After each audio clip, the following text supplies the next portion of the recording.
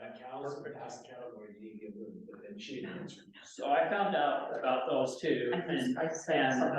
I saw him in Clem's, actually in Clem's pond, compound.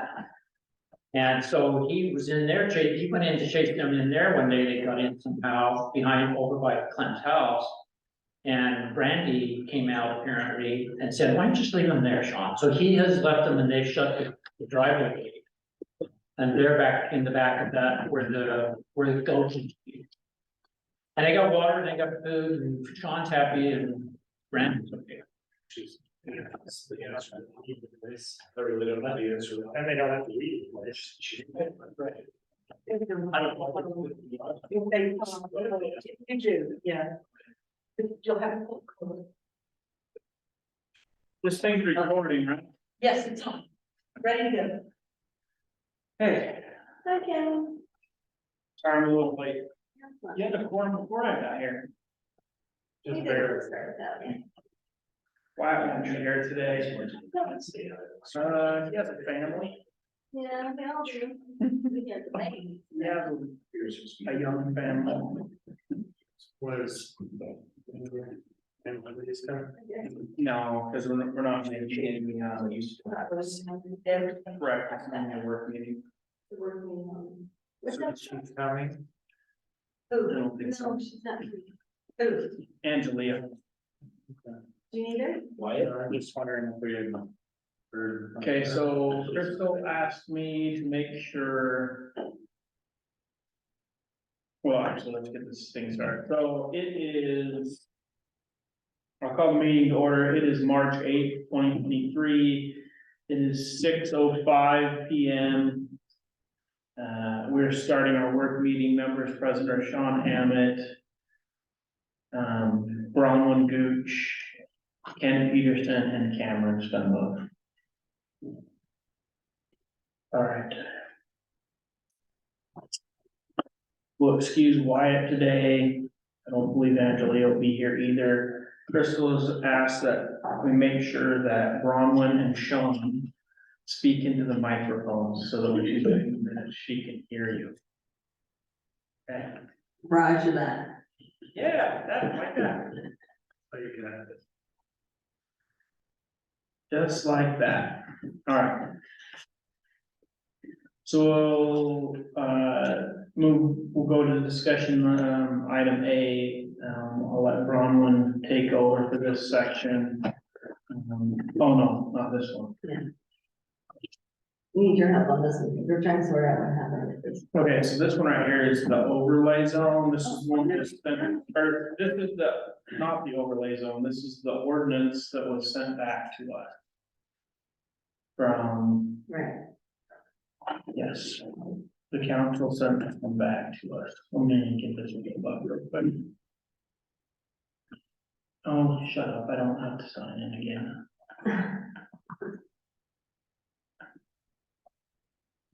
Oh, I do have to sign in again. It's gonna make me sign in again.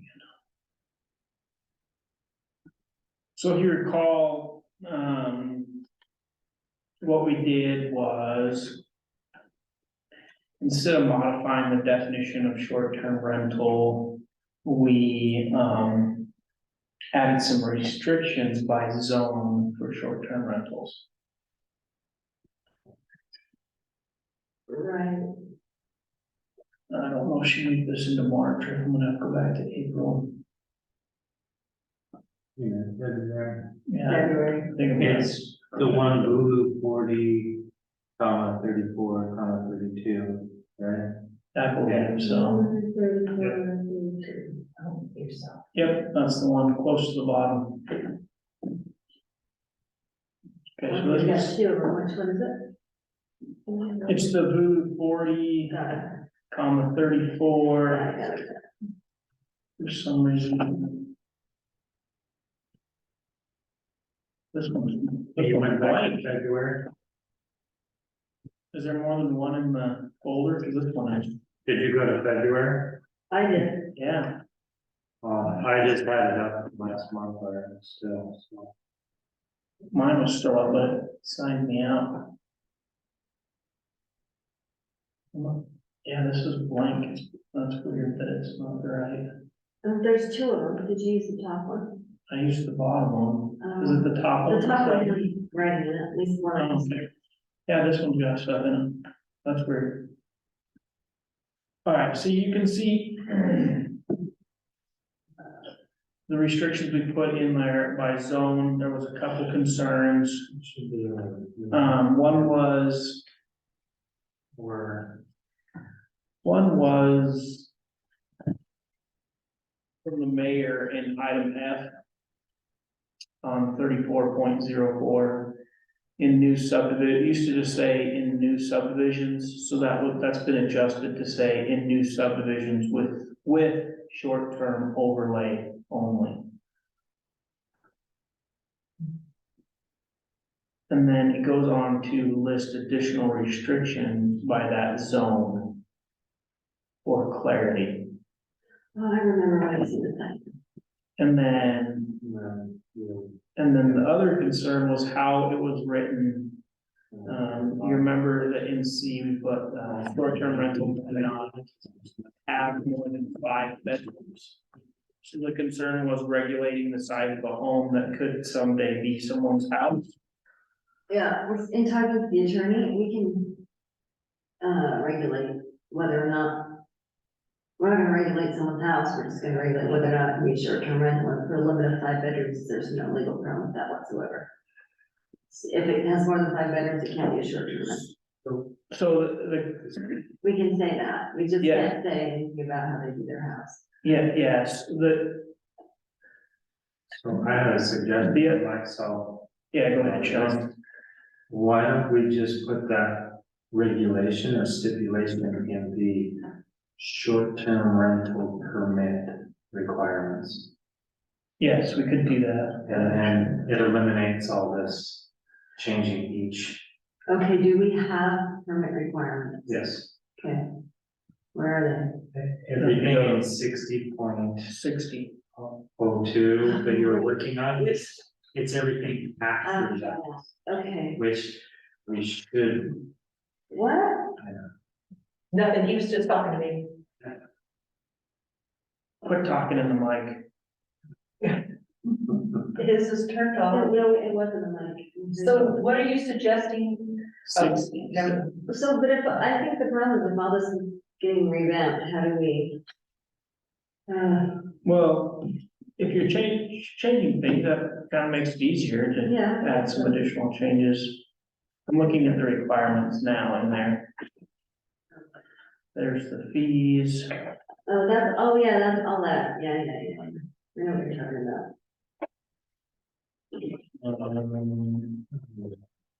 I was reading a spot earlier that. But this is all about short. Oh, so there it is, application / approval project process. Where is that? That would be in C, it's right at the beginning, 60.02 Application. C.3, application and approval process. Oh, yes. That's your suggestion. So you put those restrictions there.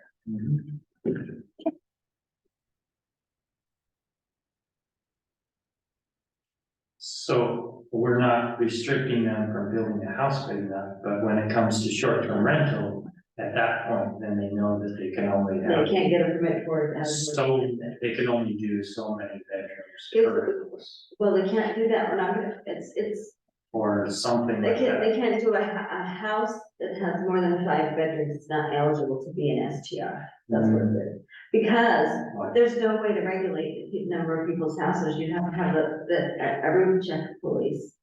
And one of our objects is to make sure that our enforcement burden is lower, not higher, right? What we want is, the problem with STRs is, one of the big problems is they're really hard to regulate. You know, and that's the problems in neighborhoods, if they're really hard to regulate, you don't want another layer that you have to regulate, so we need to word it, so it's, you cannot, a house that has more than 5 bedrooms, or we could say 6, we could pick a number. Yes, is not eligible to be an STR, that's what needs to be in there. Do we need a eligibility section, What? an eligibility section? I think that's. You are great. I think eligible we should- here. I think we should have a little table in there. Actually, that's it's- so clear. But because I'm talking about it like it's not a zone. Yeah, You go to F, I think I you was. need to go to F, actually. Okay, are you just in the code right now? Yep, 60.02 F, Yeah, that's right. What I was reading before. standards and requirements. Yeah, there you go. That's where it would need to go. Yeah, that's where I was reading. Yeah.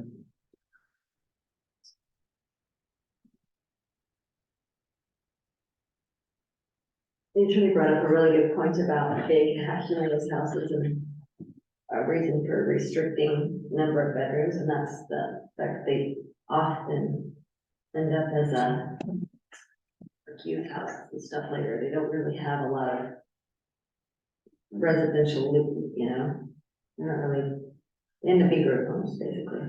No, Something like that. there's a couple, there's a couple jump, I'm not saying they'll become, there's two huge houses over in Desert Gardens that are homes. I mean, huge.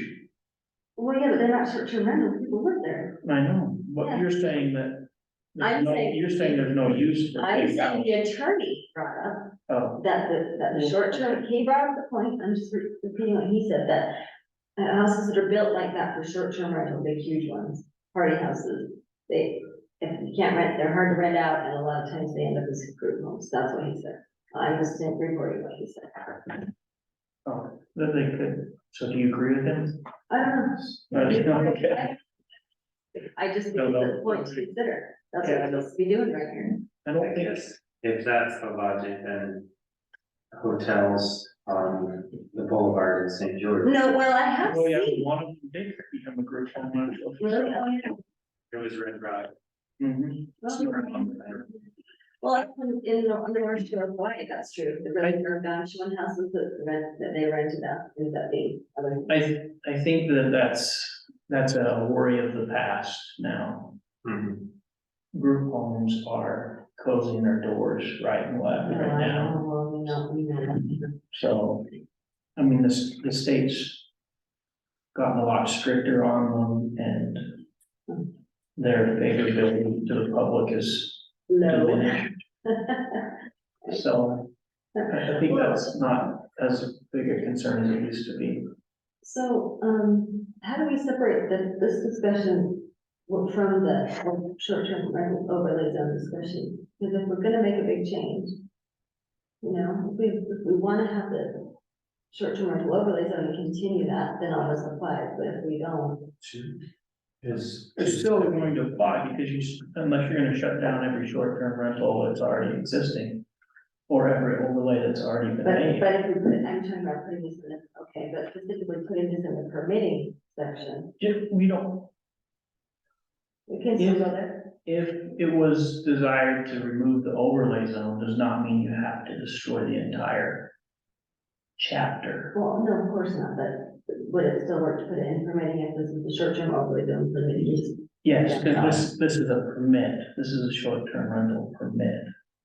In. the So there's overlay two zone. Okay, parts gotcha, to gotcha. this So chapter. I understand, One yeah. part's the overlay zone, the other part is the permitting. So this is in the specific just for the permitting of the city. Gotcha, Mhm. sorry, I should open it up when I wanna, So that, well, I will, but not as many. yeah, so that particular part, the regulations, bedroom size and stuff like that should go there. Okay, We still have the issue of this particular ordinance as written, specifically addressing the no recreational vehicles, travel trailers, and other vehicles and stuff like that. Those are already in there too, but do we want them specifically in the zones to say that as well, or is it okay in just one place? I think it's okay in one place, isn't it? Because it's already, that line, almost verbatim, is already in our short-term rental. Yes, regulations. Well, redundant, it's being redundant of this, is definitely one like that. It says in 12, a short-term rental may not comprise of a part of or congregate a boarding house, lodging house, hotel, motel, tent, campground, cabin, travel trailer, recreational vehicle, mobile home, or non-tourist based congregate living facility. The only suggestion I would make on this then at that point is, in each of those sections, if we want to put something, we just put refer to and then send them to the exec. When it, in commercial zone, it says no short term. Says no short term rentals. I think the commercial zone's different. Okay, it says short-term rentals and then we have 1 and 2. But we just say short-term rentals and then refer them to what those regulations are in section 60.0. And that's all. 60.02 Or, F, or would you just say 60.02? probably that, the specific section for commercial. Because it wouldn't completely, well, they gotta get a permit too, don't they? Or is it under conditional use? It's permitted, It's a permitted use. And so they would have to comply with the permit regulations. So yeah, they go right to that. so what you're saying is we don't need nearly any of that language, we just refer them to 60.02 F. Yes, and then we put the 5 bedrooms or however many, we put that in after. All that. Okay, that's actually a good idea. Yeah. Let me add a note to this. Ken, do you have any thoughts on that? Only confusion. It's all right.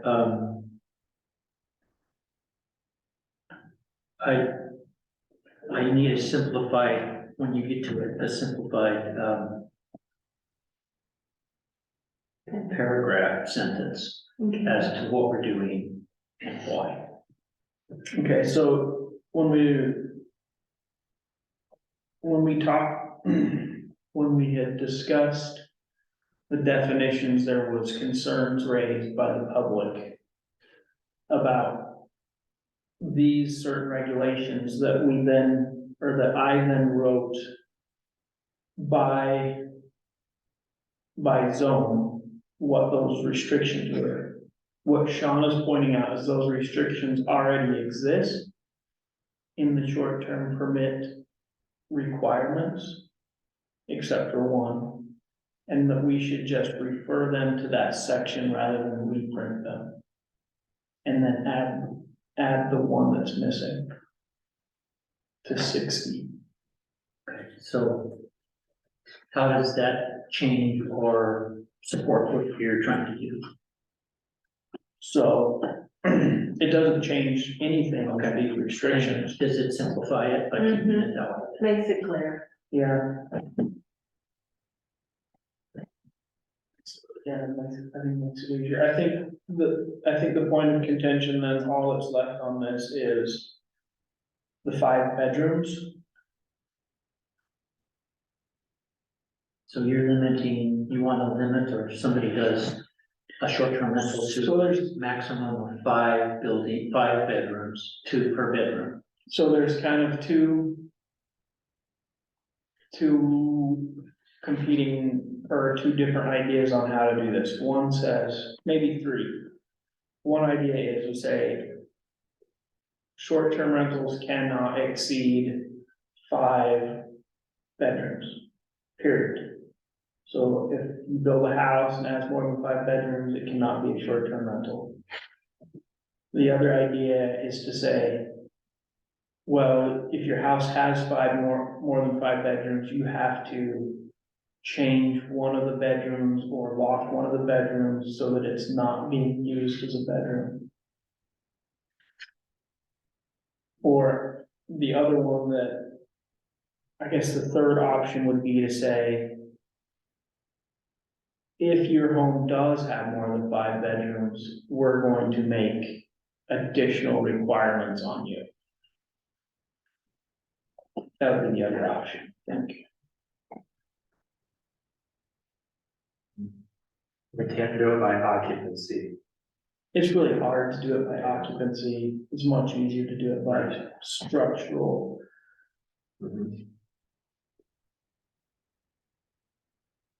I don't understand what you mean by trying to do it by occupancy. So the reason that you limit bedrooms is to limit occupancy. It's easier to.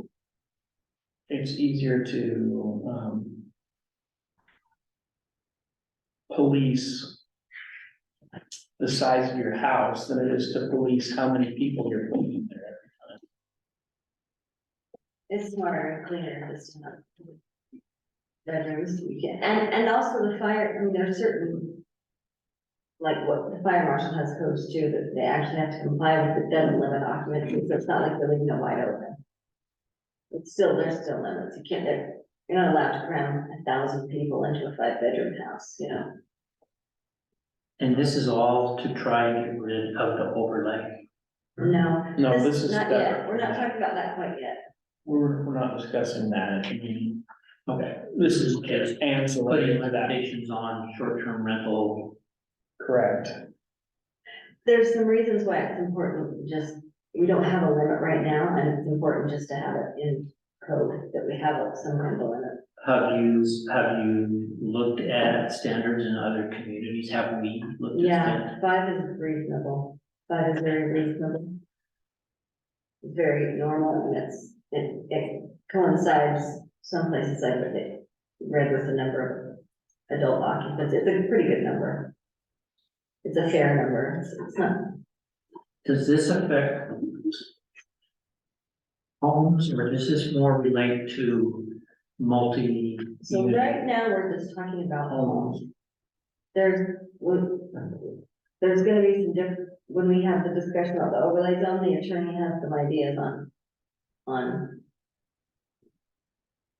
different types of STRs and how we might define them in our code, but right now, we're just talking about homes, detached, homes that people rent. Does anybody in this room have a short-term rental unit or units? I know that I manage one. you do. I do. I know you do, Jean Garati. Do you have more than 3 bedrooms in any of your units, any of your buildings? No. So these are probably for newer developer, commercial type entities that are coming in to build bigger units. Are we talking about the 7th West 5-lot place, trying to put restrictions on things? Hopefully, we're not talking about anything We're just specific. talking about Hopefully, individual short-term rentals. Hopefully, we're just conceptualizing in a way that's good for the community. Hopefully we're wet. So Hopefully, we're just conceptualizing in a way that's good for the community here. Hopefully, this isn't focused on any specific thing. so That the, would be, the property that I manage and that I'm a part of has 6 bedrooms, How many? 6. So that would not be available to new. The one that I manage is in the highway resort zone. so, It's not really short. It's in the highway resort zone. Jean Garati, how many short-term rentals do we have in town? I don't have one for age. Mayor? I can say that as a short-term rental, what you're talking about here, which is a home in a subdivision that is for short-term rentals, we have 0 at this time. If that's what you're talking about, because we have one subdivision that has got the short-term rental overlay, but they haven't even broken ground on anything. So we have no homes No. anywhere in town that are in a subdivision. Just one. Where? Sierra. That was Yeah, but that- completely different. That was different as a result of the lawsuit. Right, it's not under these It's regulations. just not, it has nothing to do with what we're talking about here. But So We're what we're talking, talking about, we don't have any in town yet, but there will, other than Sierra Bella. We're trying to get ahead of the game. You're trying to get ahead of the When people game. come to get permits, they know what they can expect. So we don't get ourselves in legal trouble. We need to know, okay, if I have, if I'm gonna build a short-term rental here, it's gotta be less than 5 bedrooms. but even that short-term rental that Sean was talking about, that's over in Sierra Villa. I know it's a 4-bedroom house, and I think there was an extra room like a mother-in-law suite, so they have 5. I've seen, a dozen different people, Now, times when there's a dozen. let me give you another, I've stayed at a vacation rental up in Bear Lake. And that house had 8 bedrooms, and our families as a whole stayed in there, but yeah, they had 8 bedrooms. I've stayed at a place in Bear Lake too, that was a recreation resort Yeah. before we knew what short-term rentals were. I appreciate you bringing this down to my level and talking about it. I'm a man of very simple minds and likes to keep things really simple, and I look at the town and I know I'm treading on, already, spent verbal, meetings and stuff like that. But I see and I'm happy for the people like in this room that have short-term rentals and are able to provide places for people to come and rent and to stay in that traditional type of short-term rental. My problem is trying to figure out how do we tell the difference between the resident like Gene Garati, who has some people come and stay with the commercial developer, not commercial. The developer that comes specifically for the purpose of building something to rent to short-term rentals outside of the norms of a motel or a hotel or something like that. And I am, as an old stodgy dog, worry about what we allow and how it affects not just us as homeowners, but businesses like motels and RV campgrounds that have already existed, and short-term rentals like yours that already exist. And so, as I've said before in public meeting, I am generally against commercial short-term rentals per se. One way to do what you're talking about is just keep that kind of activity in a commercial or the highway resort zone. If you don't have that going on in residential neighborhoods at all, that's one way.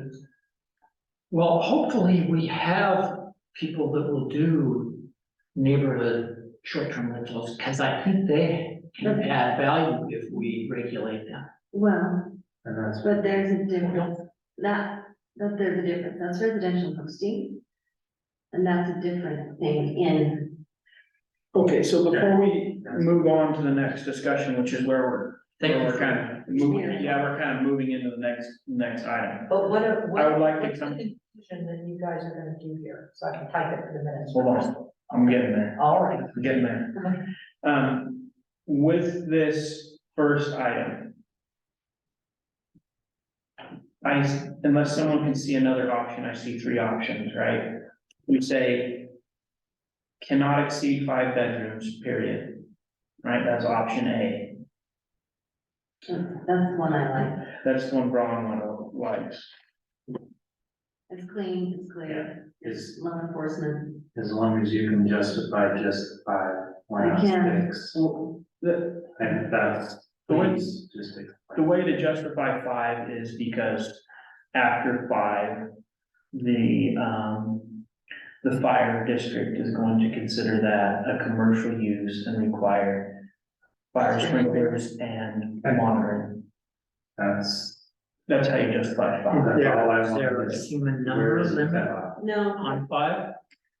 It's 5 bedrooms, cause they don't want it they don't want it to have a capacity of more than 10, I believe. Okay, so it's 5 and 10. They could put 5 in one big bedroom and 2 in smaller bedrooms, et cetera. Yeah, and the way the fire district monitors that is by bedrooms. So Okay. there's that option, that's option A, right? No more than 5. Option B would be to say, which does require more enforcement, option B would be. If you exceed 5 bedrooms in the home. You have to convert or lock or transform one of those bedrooms into something else. So you cannot use more than 5 bedrooms as bedrooms. I just can't see how you'd ever keep track of that. And, I can't imagine any way to keep track of it that wouldn't totally invade privacy. Well, I don't care about invading privacy on a commercial enterprise, that's not really privacy. Oh, well, it's true, it is a commercial enterprise. Yes. Okay, or C would be, if they exceed 5, then there's additional requirements on the property. Which, I don't know what those would be, but Well, first of all. I don't know, I think the 5 bedrooms is really clean and clear cut. I mean, someone can have an office in their home. If it has an office and 5 bedrooms, then you don't have to think like, that's something, why would we put that in there? If they're smart, they won't, if they know that that's a requirement. Make it so, locking a bedroom, that kind of stuff just seems crazy. Just hard. And with Sean, Well, I agree, I just wanted the justification with the fire district thing, because Yeah, I think I that's. knew good. that was there, I just wanted Yeah, it said. Thank you. So, with that said, that would make sense, it's not limiting the size of their house. It's saying, when you come for a permit, you gotta, you already have to show, the house and the bedrooms and all that anyways, and you're only gonna have 5. Yeah. So that would limit the size of that. Not the size of the house, but the amount of people you can have. Yeah. That's what we're trying to do, so we don't have the party houses or the recreation, places, the destination houses like the Bear Lake Yeah. experience. So we just don't have that capacity. If we had a big reservoir around us, maybe and we lived up in the mountains, maybe that would be a whole different thing. So I'm agreeing with just. Your aims. Kent, which way would you like to proceed for this? What is D?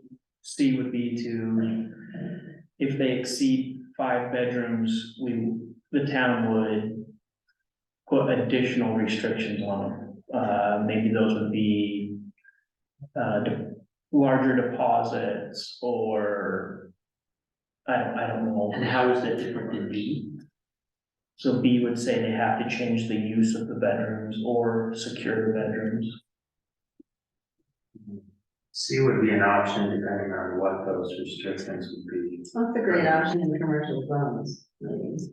Mhm. We're not kind of focusing on that. I know, so that's why I think that's good. Because simple clear cut would be the bedrooms and then later on down the road, if somebody comes in a commercial area, we could put that restriction below and say, in commercial areas, if you want an extra exception, these are we have the option of conditions. Yeah. Such as, and maybe list them. Does A have to be in commercial or highway resort? Right now, this would set it for everything that wanted to be short-term rental. Anything that wanted a permit.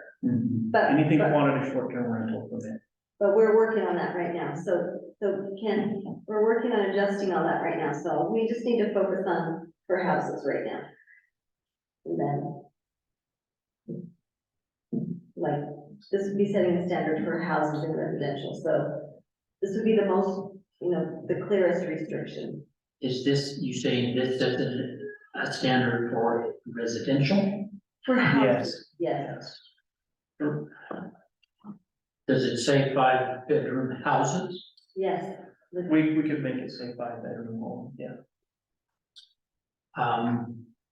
Can I explore that for a minute? Yeah, So how does, if we say 5-bedroom homes, how does that,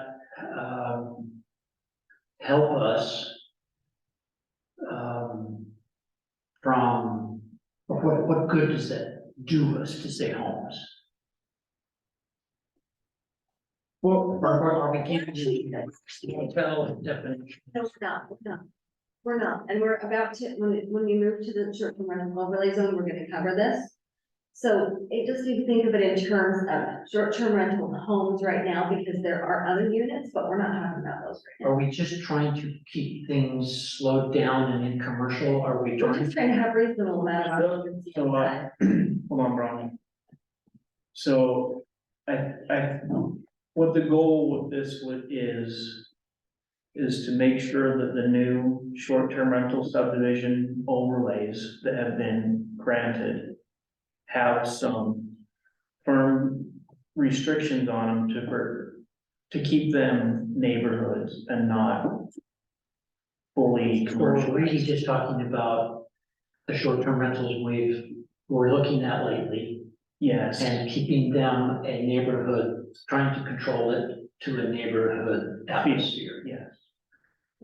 Now, in doing this, you are right, we are affecting other things, but as Sean said, we can come and adjust those later if we need to.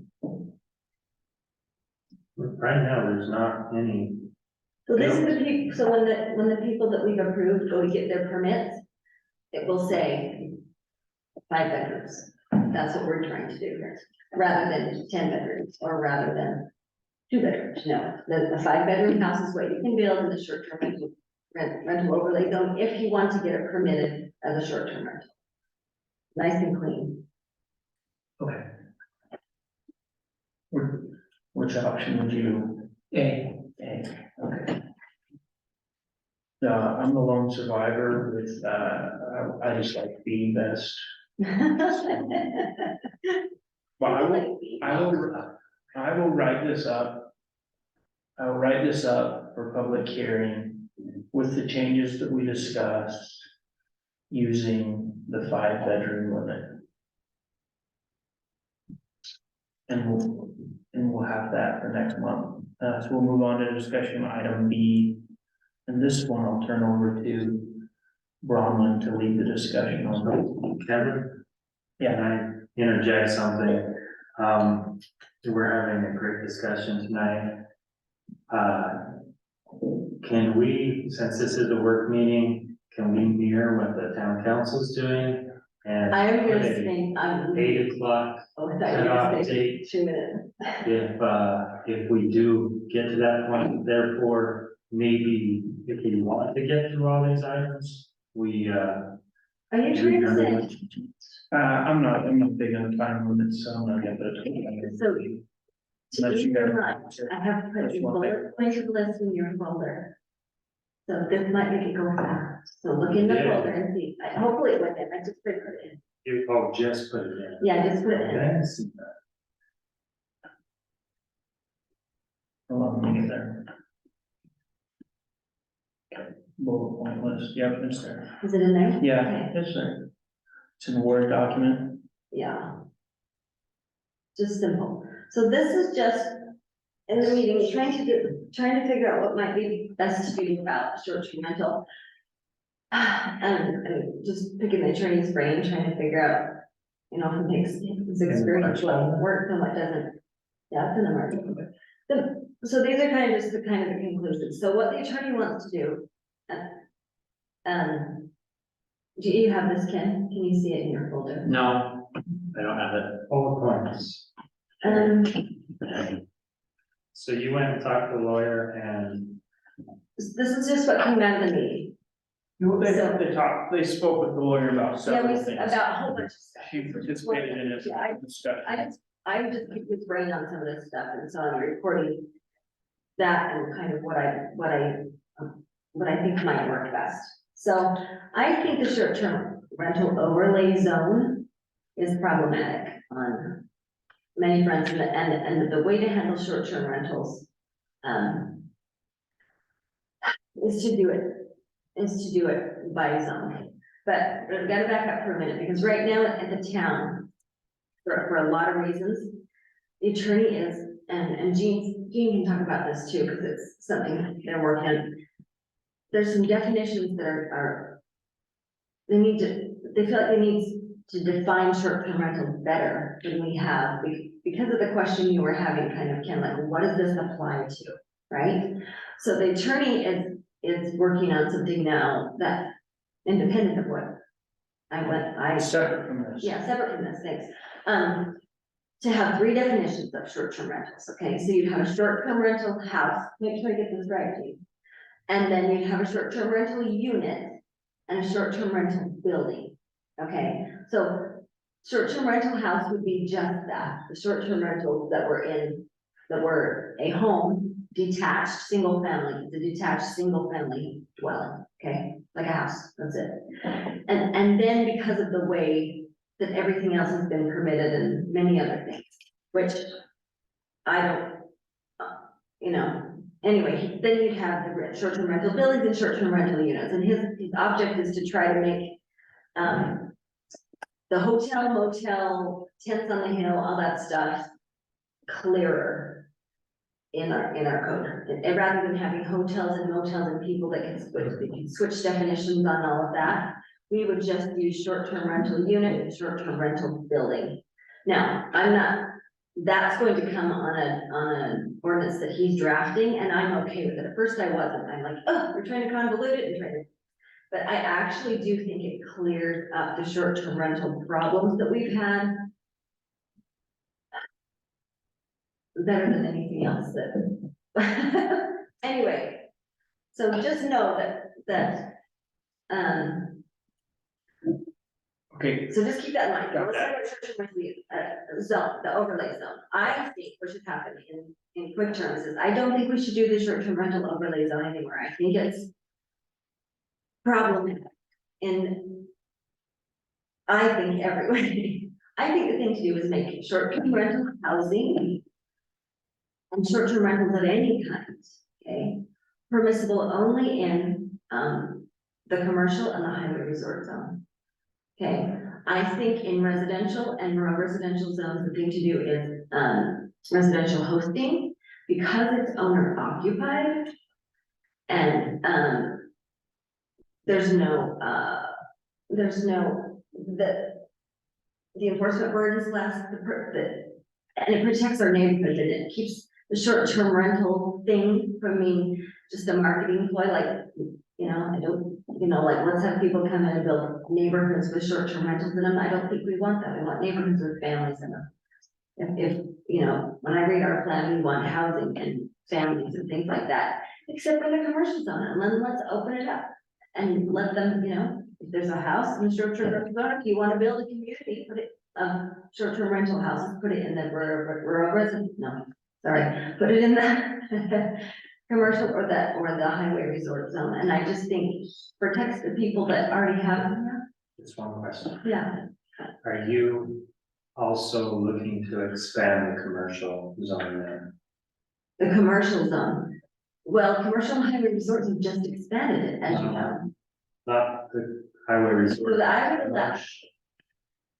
So To expand that, otherwise we kind of limit ourselves. no, because if it's in the commercial and There you and go. highway resort zones, that these rentals are allowable. But they're already allowable in the highway resort. Right, so we're restricting them. Well, In essence, your buildings, your short-term rental units and buildings are already, yeah, but the houses, it would just be putting the houses there. So really, all I'm saying, thank you for making it simpler. Really, all I think that we need to do is disallow short-term rentals. That means any kind of rental that's not owner occupied. so what your proposal is to Make it a permitted use. remove the short-term overlay zone. from Completely. folks. Yeah, completely, because it's just cumbersome and not useful. Let's make it a permitted use. You know, short-term rentals, make them permitted uses in the zones we want them in. Okay. Is that, is there some way you are going to, answer the question of how housing itself is going to pay for itself, how it's going to get built without people wanting to first. You using mean this just in- having permanent residents that want to live here, build a house, and live in it, yeah, like that. How about, I mean, So we've got. Tell me what lots you're- of- yeah, well, we also, so we But don't then. have lots of anything yet. Sure. This is looking forward as we grow. Okay, we don't have lots of anything yet, but we wanna just make sure we have lots of the right things. So, Okay, And I think they're a good buffer though, Well, so to completely eliminate is also eliminating Okay. options. hold on, Ron, that are but possible. well, maybe, but So that's Go why ahead. residential hosting's not, I mean, that's a good, I think residential. I love residential hosting and I think it's a valid option, I think it's a good option, and I but think. I don't think is the only option that we should allow in residential.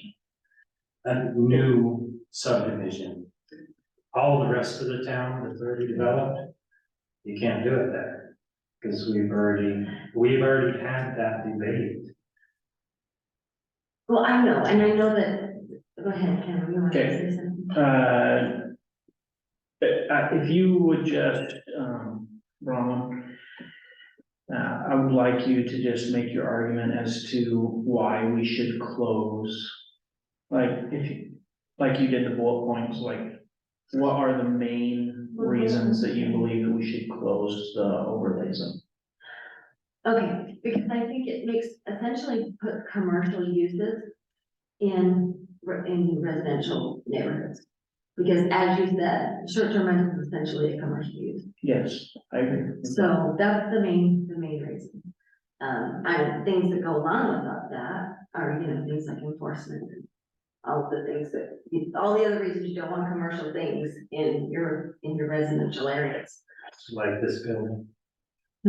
Hold on, Sean, let her finish. please. Well, and I don't wanna talk all the time, I just think, if you look at your bullet points, I think. Are they in personally- there? So I don't have it in front of me. So I think the permitting process, here's the reasons, I think the permitting process for short-term rentals needs to be less complicated, I think the overlay zone completely has been a problem for us legally. I think it's a complicated, concept, I think it's unnecessary, the benefits are none, I don't see benefits to having the zone versus the permitted use. I agree with that. Okay, but then you have, but also, I think that having commercial, activity in a residential neighborhood is not what we want. It's not how we want to move forward. Enforcement burden's big for me. And I like residential hosting, so the solution to not having, you know, to eliminating that, the balance to eliminating that in the rural residential zone is residential hosting. You know, let's encourage that, let's have residents making supplemental income, you know, rather than having commercialized things going on in a residential neighborhood. Sean, go ahead. Okay. One of the main reasons why short-term rentals are so controversial is because they're commercial, but they have a residential impact. So are they really full commercial or are they quasi-residential? They're not one or the other, and that's why you needed to talk to the lawyer to define what is a That's not what short-term you know. rentals. Hold on. You know, Okay, So that's part of the reason we're trying to define between detached housing, Mhm. rental units and the buildings. I think that's great. I'm glad there's that clarity there. That will be great. What we need to remember though is that no one's gonna live in a house that's not built. And every subdivision that's come in lately has wanted to do some sort of short-term rental overlay for that option. Now, will every house build out to a short-term rental? Will every one of them come and get the permit? That's where we have the power to control how many houses and what's going to happen is through the permitting process. Let's use that as our arm of regulation, not, no, you can't do it at all because we don't like that use at all. Now, if you're just saying residential hosting is good, somebody could still have a casino in the back, that could be their main house and they rent out the whole front. House, wouldn't that would be legal under the law we have, so it's the same essential No. thing. Just wait. So you're still having that commercial use, you just have somebody there. The regulations we already have in short-term rental overlay section, okay, those permit requirements cover all these things. That's why town council, they put even more restrictions on that. I took that overlay and I rewrote it. You saw it many, many times, and I brought copies of it. And it fixed those problems that we're talking about and clarified it, made it so it is easy to read, is easy for a developer to figure out what it's trying to say and how that process works. Why don't we just follow that process and let the free market play out? Okay, go ahead, Bronwyn.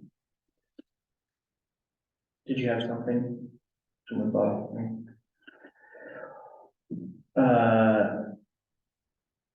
Kent, This goes on in every community in our country that is not rural. And, we're not unique. probably not rural. Everybody's a little bit unique. But,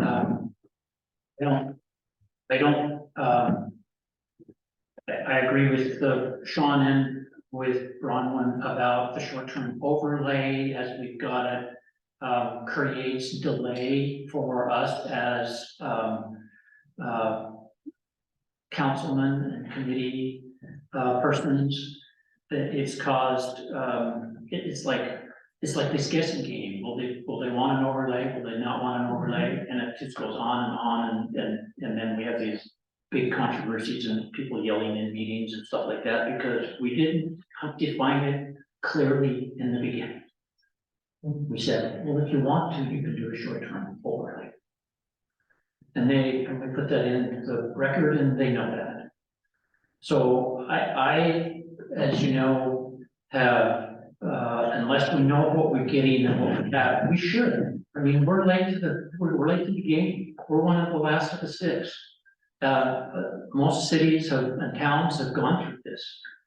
And have decided that there are certain places they can do it and certain places that they can't. And they're really focusing on protecting neighborhoods.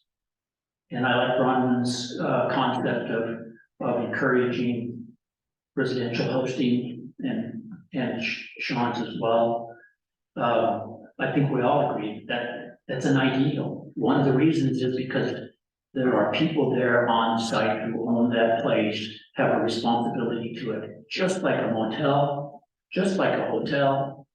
And so I believe that we should stay to commercial zones, highway resort, and commercial zones. If there's going to be a commercial developer doing something like Labrie or something like that. So that's kind of where I'm fitting in here, is that if somebody's gonna do a bunch of buildings or homes, and they're all gonna be short-term rentals, I'd say restricted to commercial and highway resort.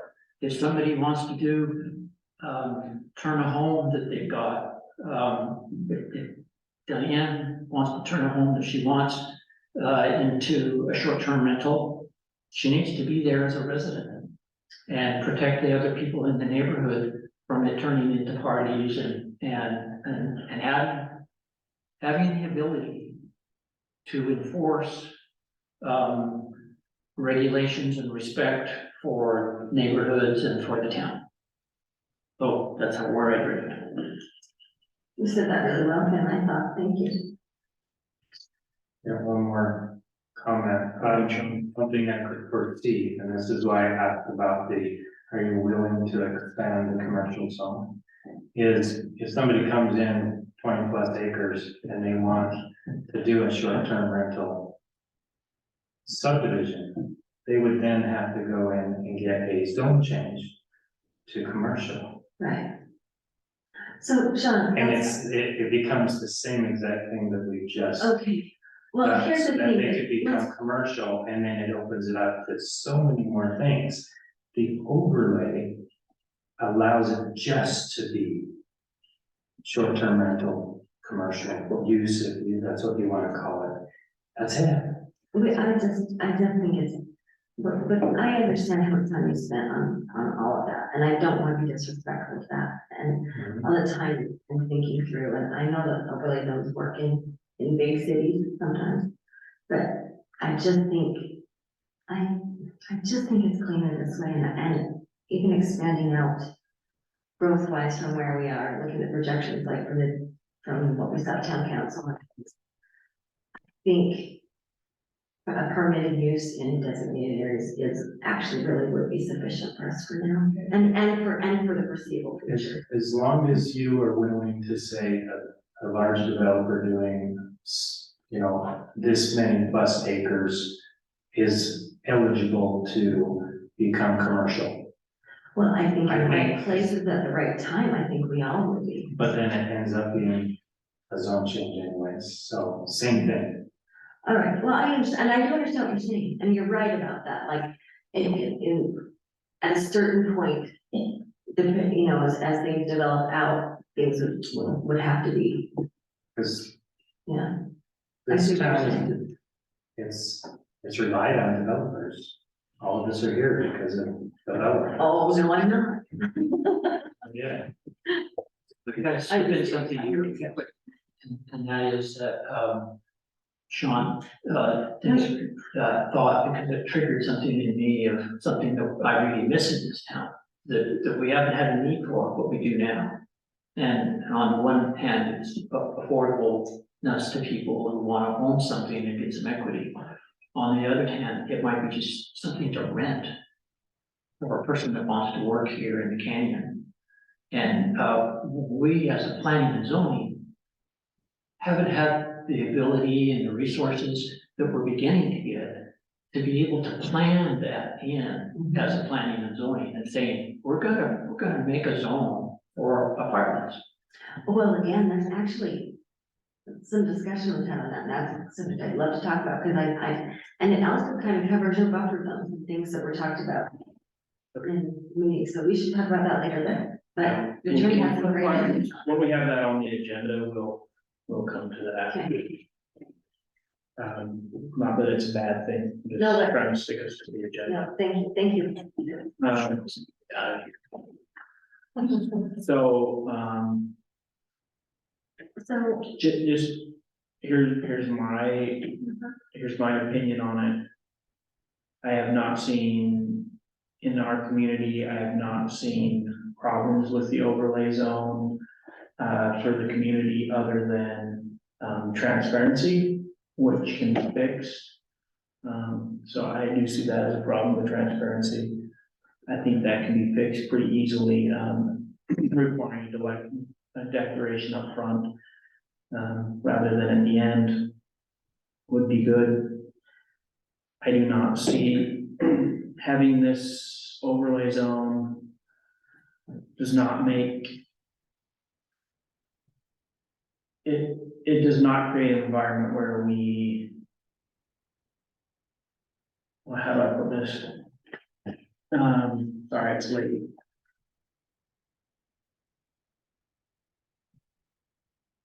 The homes that are being built in these zones would not be affordable to families whether or not they had the overlay zones. Right. So removing the overlay zone does not create the opportunities for affordable housing with families. well, yeah, okay, I'm saying. But, And but that's, this- that's, can I ask a question? I would say that's evident by looking at the subdivisions that we have and the subdivisions that are expanding right But now. here's how you don't know, because they were incentivized, but these developments were planned and incentivized with the short-term rental. I am talking about developments that are within the community that do not have the short-term rental overlay. So you're talking about like Stouts? Because that is all families, So Stout, that's all families. Stouts is also the only subdivision that's been built. Those built in residential where the lots are less than 1 acre. So, but I don't understand what the benefit of the zone is still. What you're saying, I'm sorry, no, I'm just listening, go ahead. The benefit to the zone is that it does provide commercial opportunities. You see that as a downside. I see that as a benefit. As for. So it's a way to extend the commercial zone into residential areas already. It's a way to extend commercial uses and a commercial tax base into residential areas with minimal impact. Well, we don't know the impact, as you said. Correct, we don't. As I see it, as I think it will unfold, I think it will be minimal. Go ahead. No, it's okay. So comment on that, Yeah. briefly, real briefly, is that, let's take a look at what we have right now, that's And looking, why do we? looking at an overlay and say, okay, we're good for the time being. And we could do that. And let's put a period, a moratorium period until we see that there's something other than developers who want to just come and build a subdivision and do an overlay. So only the town council can put an overlay or a moratorium on those things. Well, we don't need a moratorium, let's see, Moratorium, if we end the zone. and the moratorium, Go ahead. the moratorium can only last up to 1 year. That was 6 months. It can have one extension, That's right. so up to 1 year. Yeah. So with an extension, right? It is 6 months with one exception up to a year. I do not foresee that you would see the impact within that 1 year period. Yeah. So let me ask a question, so to end the overlay zone, So I'm, does it hurt it to watch, does it hurt to just not do the overlay zone anymore to make it, and then watch and see what happens? So And you could always make an overlay zone again. that, I would just flip that argument. Well, I know, but I'm just asking as a question, like, if we wanna just, there's a lot of people in the community who don't want it. Correct. There's a lot of people in the. And there's a lot of people that are community moving. I know 3 people who want to sell their houses now because of what they see as an influx of this, us getting overrun like Moab and other places. Yeah, I could foresee that happening maybe, but I have not seen that it would. Well, but Kevin, here's the thing, we don't really have anything about our town that's any different than the towns around. And there's absolute evidence in other communities that it is just problematic, and for us to wait until those problems are going, which that doesn't seem that hard. Has any of the communities around restricted short-term rentals to only new developments? Name me a community that's done that. What they've done is they said they don't want them at all, because it's all new development here. It's all new development here. You're making a comparison to other communities, Right, and I'm telling you, giving you an example of and Hurricane, which is all new development, I'm showing and they you. have restricted them and said they've just caused problems. Anyway, I don't want to argue with you, Cameron, I don't like you too much, that's not. I'm not arguing, I'm just saying. I'm pointing out the differences. Okay, I know, but, I mean, we've had a lot of trouble with the zone, and I appreciate that you said the transparency was an issue. I agree, we should be getting rid of the zone. And it should be something that comes up at preliminary plat or concept plan, and they say, we want this, or we don't want this. And that's it, it's a new development, the old developments don't get those short-term rentals, but the new ones have an option, and that's If we get rid of it as a overlay zone and say, this is a use and we'll approve it through the process, then we can put whatever restrictions or whatever thing we need. And we also have the permitting process that we use to regulate. It's there. People may not want to do it because our regulations are so strict. Okay, and we limited the size of the house basically, or at least the amount of bedrooms, so that's going to eliminate the party houses being built. I think it's important not to have the commercial, right, stay in residential areas. They're not, there's the benefit to neighborhoods in there. I know you're saying the benefit to the tax base.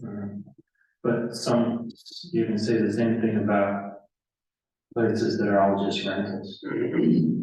Some of those are pretty bad neighborhoods. Yeah, well, you don't have to tell me, I'm not, I'm not a fan. You go up Pocketville Road and there's one section that's all employee housing. So there's Is an- it- So it's Employee housing, naturally, employee housing is a good buffer zone. it's naturally happening. We didn't have to designate a zone for that. Well, but I just think protecting the neighborhoods. You're gonna say. But the neighborhoods haven't been built yet. So what do But you? that's what I'm talking about. We're planning it. So, hey, finish my point and then we'll move on. The overlay zone, does have a few problems. It does need some changes if it's gonna be kept. If it's not gonna be kept, then we don't need to make those changes, obviously. And I do agree with protecting neighborhoods. That's why I am a supporter of the overlay zone. Because it protects the existing neighborhood. And it creates the expectation in the new neighborhood that there is a possibility that your neighbor will be many, many, many different people over 1 year period. Well, I think there's a huge possibility of just saying enough of the short-term rentals, like, let's just end it. But here's what I wanna know. Are you done yet? You're Go not. ahead, no, you're fine. I just have a question. I just wanna know if I bring what I've been working on with the attorney, and what he writes up, if I bring it to this body, I wanna know if you guys will actually look at it and see, because I think it's a pretty balanced approach to the whole thing. I don't have it, because he's Okay, writing. I'm gonna answer that with a question. Have I ever turned anyone down that brought a proposal for it?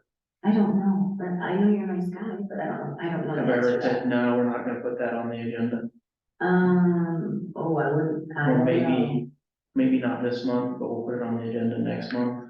know. I think that's as strict as I I don't know, Cameron. Don't know what you said. I didn't keep track. What I'm saying is, if you bring us a written document, it will be on the agenda.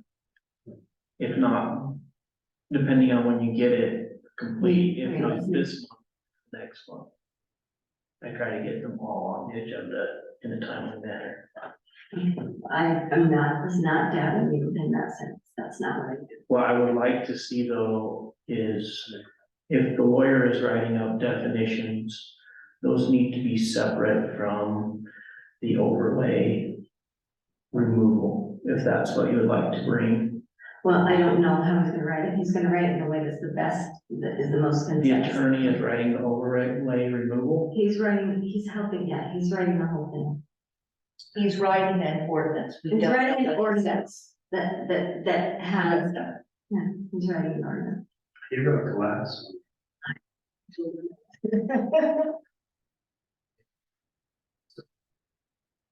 Yes, Cameron, We'll take a few more comments on this and we can then just move on. move on. Yeah, just suggestion. So Maybe I could also rework the one that I had and now the town council has Well, how about if approved we get more the thing from overlays. you first? if I can look at that too and we'll have a couple of options. I would suggest that we don't work on changing the overlay zone if we're going to make a recommendation on getting rid of it. Yeah. So this is really easy to write up, Bronwyn. If you want to write it up, you can just go to that chapter and where it talks about the overlay zone. All you have to write in there is the overlay zone is closed as of and put the date. All right. Yeah. I'll do that. If he is writing something up completely different that's going to still allow it in some manners, then that's a whole different thing. Okay, I will write that up and I'll see what I get from the attorney both. But the definitions, I'm 100% for, I think it's a great idea. All right, so we'll move to the next item on the list. Ronald's gonna write that one up. You have 2 weeks to get it on, to get it done for about 2 weeks, if you want it for a public hearing. Okay. And we'll do that, right? We'll do that. If you want action taken on, we'll need a public. Thank you. I used to say that it would be, you had to have it by town council, but now town council's next week. We have a week after town council. Okay. Thank you. Gotta remind myself of that. Okay, commercial lighting. We had something written up from last month.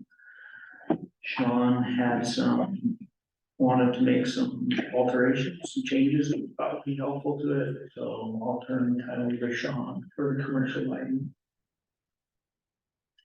Actually, a lot of the, I just pulled up the one from last time, is that all we have to work on? We didn't make any suggestion, or we made some changes. I didn't make any changes. You said that you had some ideas to make this better. We did not spend very much time at all in our last meeting on Yeah, we did talk about Kelvin temperature it. Yep. being. Well, I didn't make an adjustment to that. And then my other comments. Let me grab my notes.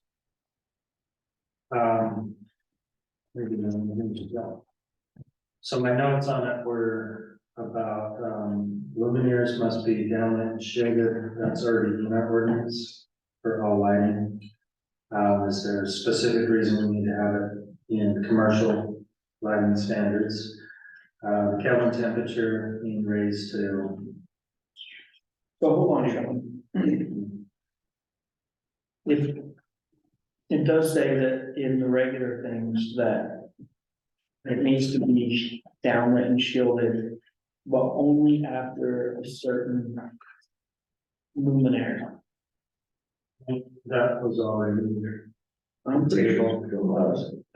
There's no table, but it says any lights above, I think it was 900. Oh, yeah, that's the exemption, anything below 9.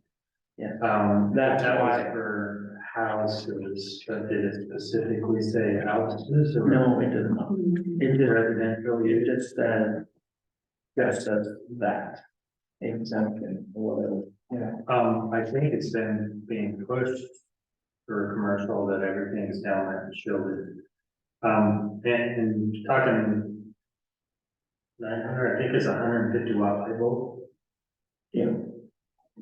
So, 200 maybe? so which makes it kind of useless as well.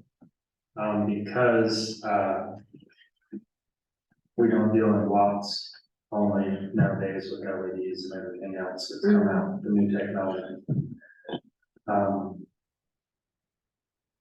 And so what I'm suggesting is that, 840 has to be, Okay, or 840.B. yeah, I was looking. yeah, Trying to find it.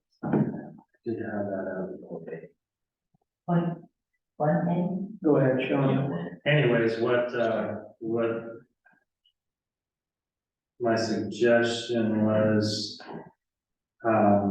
mostly is there's the, lighting ordinance itself needed to be adjusted, to deal with things such as, the shielding, light, color, temperature, filtering, and glare. And this is something that I came up with quite a while ago. In fact, it was, the date on here is 5/27/21. And this was a suggested. You have another copy of their idea. There's 6. So we should have plenty. So instead of directly going towards commercial, again, I'd like to put everything under one umbrella. And that would be the lighting ordinance. And I had, under the outdoor lighting section, 8.40, there was going to be a section called General Outdoor Lighting Guidelines. And those are just the guidelines that would then move us into other sections, which would be commercial lighting, commercial outdoor lighting. And then that would have to conform to the points that I have under C on this paper, which is one, positioning of the light, because just downlit and shielded doesn't always work, especially for commercial buildings. If you're trying to accent light, sometimes a nice blue or red or green light on a bush needs to be pointed towards the bush and in the building and can't be exactly downlit. Or else you're not going to get the same effect. Sometimes they hit the side of the building and spread up, but they have a different light temperature, so they meet better requirements. So positioning is important. Also, if it's not shining right out in the road or in your eyes as you're walking by, that's why positioning is good. Shielding, and mostly the reason for shielding is so you don't have spill light, and even an uplit lamp hitting the side of the building has shielding to direct the light exactly where you want it. So that's what the shielding is for, not just for development. Light color temperature, we talked about that one. My recommendation would be the 3500K or lower is preferred, but we can even put in there most or what range would be the best, but nothing over the 35. That would be kind of hard to police as well, but at least it gives them a general standard. And then filtering is important. The thing about string lights, if those have been filtered, it had, I don't know, just put a Dixie cup over the top of them, so you see it glow, but you don't see it, the bright light of that. Hardly anyone would complain about that, but you'd still have enough light. So if they just sprayed a little bit of paint on it, I'm sure it would make it look a bit better. Something like that would be sufficient. It would take care of the problem that people say that it's happening. And then glare is the other thing. If it's a glare problem, then you can fix it usually by filtering or shielding or positioning. So if there's a glare problem, somebody can complain about it, say that's glaring. They go on, instead of changing the light or shutting it off, they can turn it, or they can filter it, or something else. These standards will solve most of the lighting problems we have, except for time of use. And that's the other thing that we've discussed in length. Everything's either shut off at 10:30 or same with the noise limits or business hours, things like that. So the issues on these, the points that you have that were addressed by the public, if we look at them in the context of these things here, we can answer all those questions for downlit and shielded. All these things I've explained how those can fix it. The color temperature is already addressed. Parking lots, 20 vehicles must have dimming devices. I do like that as a separate thing. And I think we addressed that in a conditional uses though. I believe we have. That is a specific condition that we can address. Because we're talking larger commercial operations. But they would all be if, do they really need the dimming? Or if they address the glare and the filtering and all that already, then maybe they don't need the dimming. You see what I'm saying here? String lights, we talked about the string lights, if they just address them differently, string lights would be more than okay.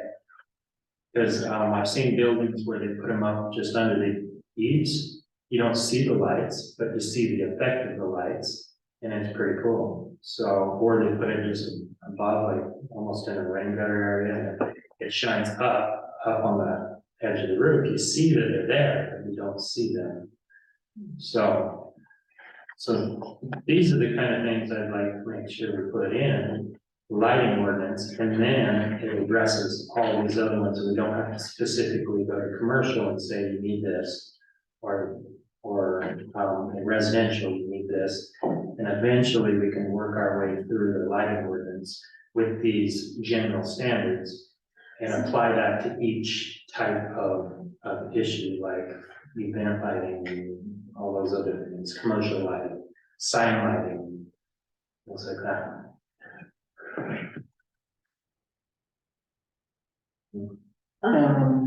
So what I see. What I see your suggestion as is that we. Which I think is fine, we take this general outdoor lighting guidelines. I swear we sent on something like this before. And this would replace 8.40 B. What's that this? 8.40 Uh-huh. point B and C. Does that seem correct to you, Sean? Actually, I think it said in here that there's no current outdoor lighting guidelines section. So I would like to eventually replace those with these standards, but right now it could just be added to their lighting, because these are just guidelines. They're not strict, it has to be there. And then below there, we put all the actual restrictions. Okay, so I don't have any problems with this, that I see as, putting this in there, as a general guideline. For some reason, I thought we already didn't see that, but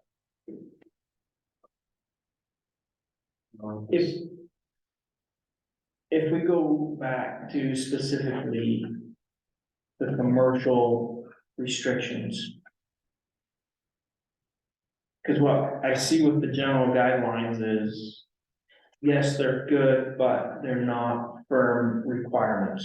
Yes. So I'd like to take us back let me to preface the that. commercial ones.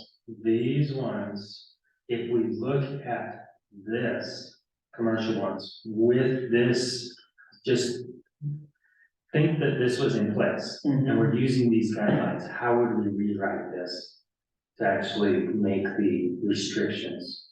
That's what I'm asking you. Okay, Yeah.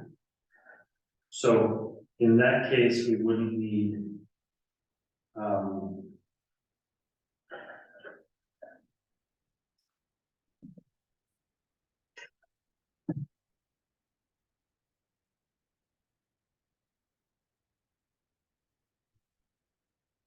I have this written in another document and I don't see where I put it. That's all right, you're starting to get old like me. It's in my files here. Oh. At least you have a file. Yes. Okay, so these guidelines, what I've done with the commercial lighting standards is gone through and addressed each one of these guidelines and made it a restriction in that section. So commercial would have, what are the restrictions for positioning? What are the restrictions for shielding? And then made those the restrictions in that commercial zone for commercial properties. Whether it's highway resort or, So you have a document like that, you just don't. yeah, it's the full document of this. So this is just the very first section of the whole lighting ordinance that I've rewritten. I think I sent it to Kent, earlier already. but I need to see the whole thing. I'll pull it up. I thought I had that too, but I just printed out the.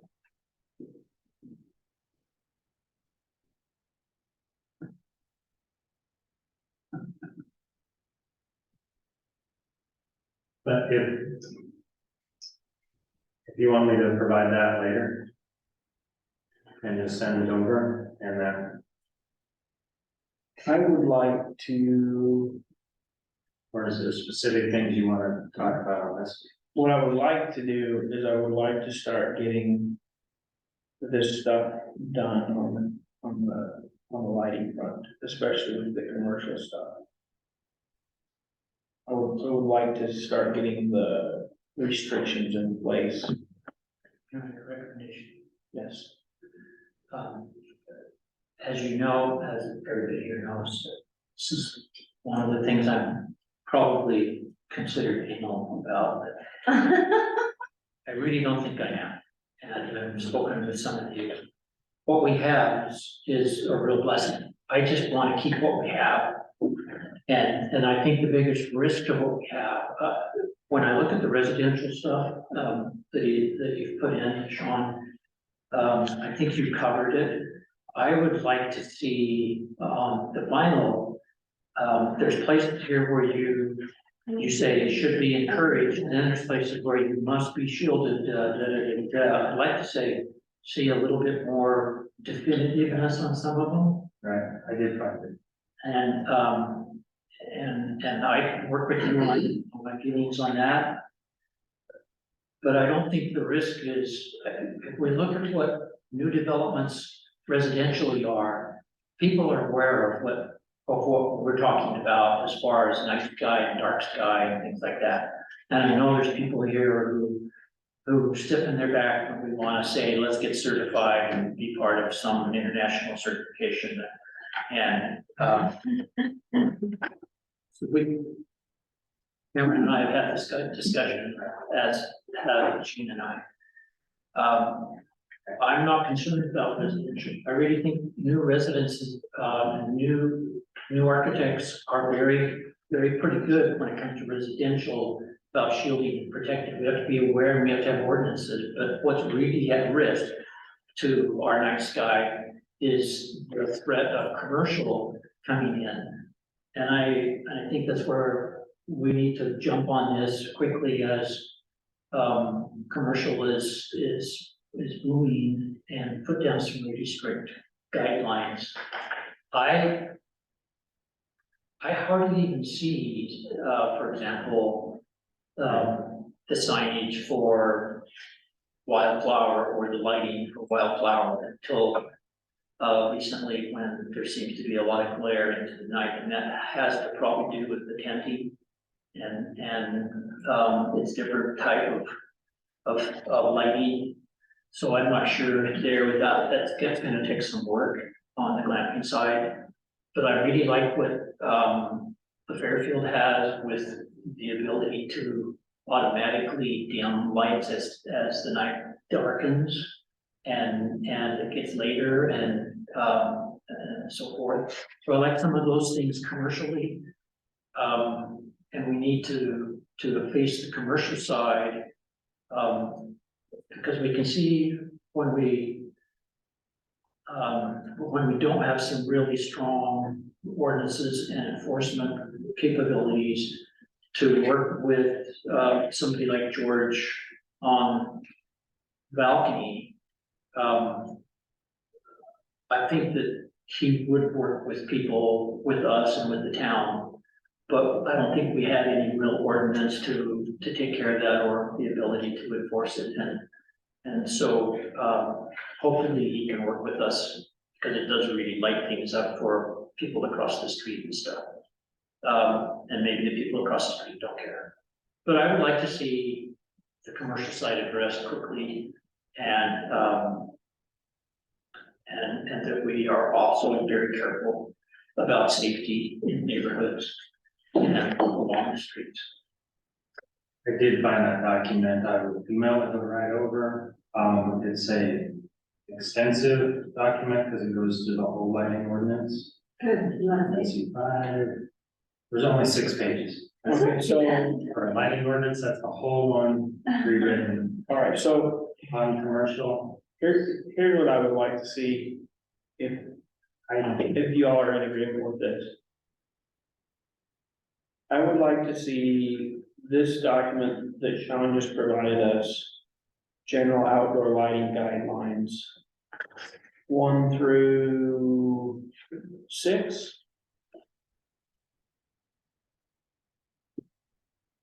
One through 6, because I think that's all that's needed in general lighting. In the general section, I think the rest is. Should be in the bottom. Because they're not general anymore. Those are already included. Yeah, those are already in they're already in the ordinance. That's why they're not written.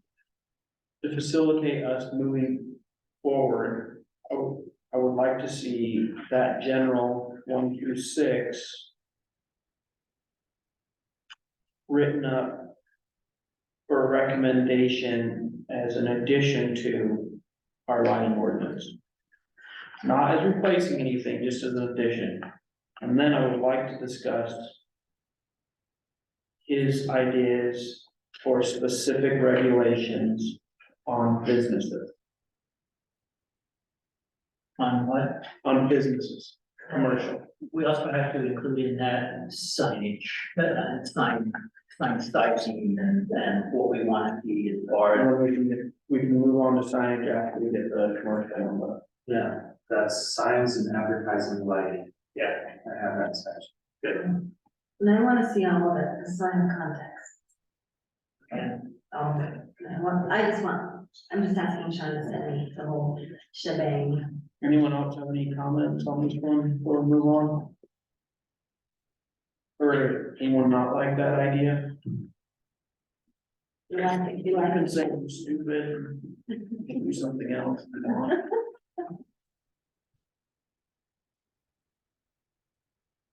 All right, since I don't hear anything, I'm gonna say that that's a good plan, and we're gonna move to the next one. Adversely affected parties.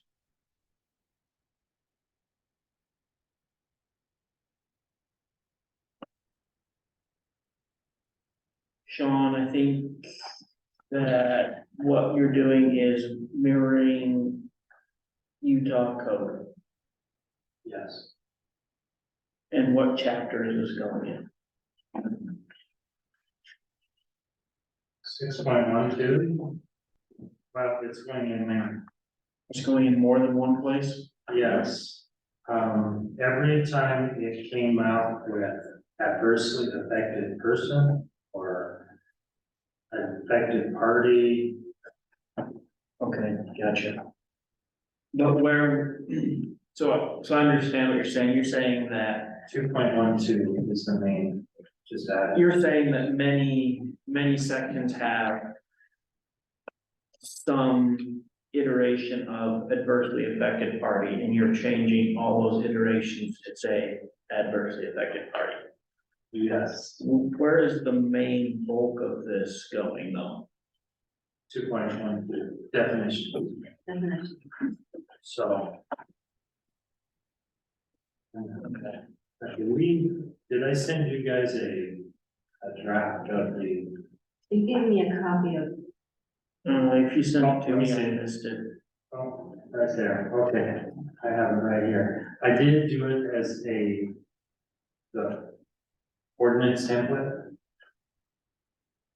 and that's the one. I must have missed it. You know you got it. 'cause I got You sent me, and Nate got it, because he responded. And you probably sent it to me and I missed it, sorry. It was on. Not good with emails. You have your email up? I'm working on it. Oh, it was on. It says January 19th, 20, yeah,